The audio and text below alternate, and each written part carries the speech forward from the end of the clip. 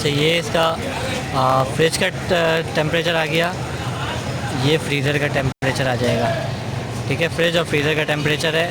Convertible ये है कि आप फ्रिज को डिफ्रीज़र बना सकते हो, डिफ्रीज़र को फ्रिज बना सकते हो, कन्वर्ट का ऑप्शन है। ये मोड आ गया इसमें। 1 सेकंड पहले चाइल्ड लॉक हम हटाएंगे, 3 सेकंड प्रेस करके रखेंगे, चाइल्ड लॉक हट जाएगा।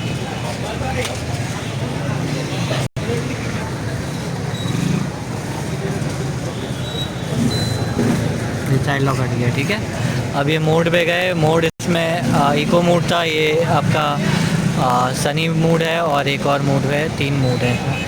एक विंटर मोड है, एक समर मोड, एक विंटर मोड। ठीक है, और हम इसको इको मोड पे ही चला रहे होते हैं। ठीक है, ये आ गया कंप्लीट इसका डिस्प्ले।